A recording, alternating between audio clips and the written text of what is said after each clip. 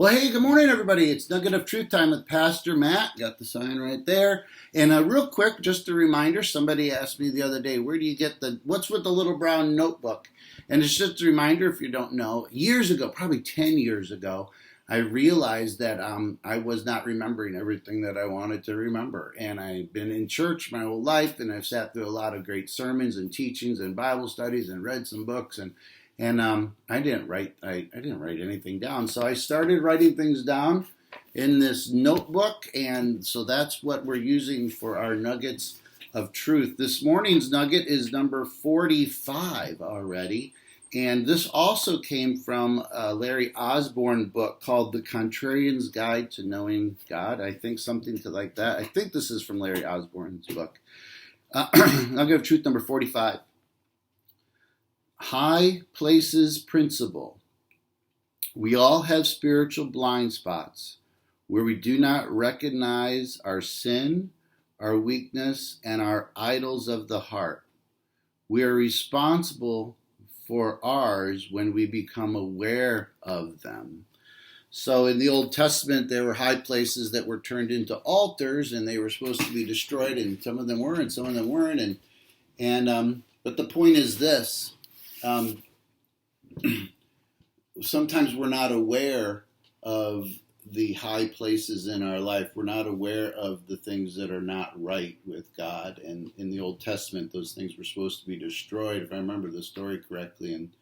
And which king was it? I can't remember. The king realized that they needed to be destroyed, but he didn't know that. So here's the bottom line, is that we all have hidden blind spots in our lives. And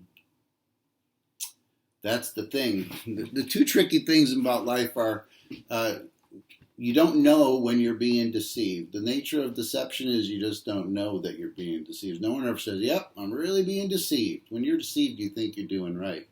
And the other tricky part is just not being aware and having a blind spot. And you know what it's like when you're driving your car. You can look through the windows, and you can look through the rearview mirror, but we still have some blind spots that we really got to turn our neck to see. You're responsible for your blind spots when you know about them. You can't be responsible for them when you don't know them. That's what's great about being in a small group or some sort of accountability relationship.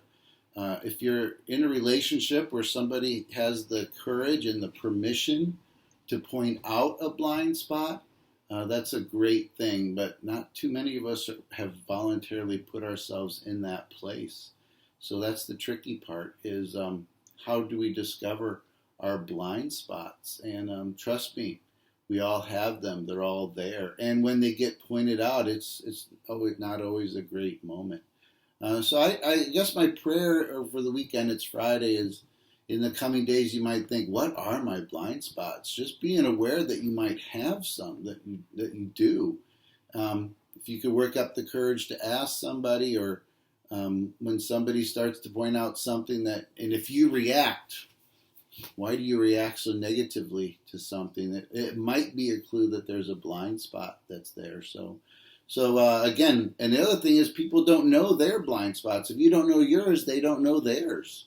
And so maybe we could be a little bit more patient with people because they have blind spots that they're unaware of. And again, you can't address them.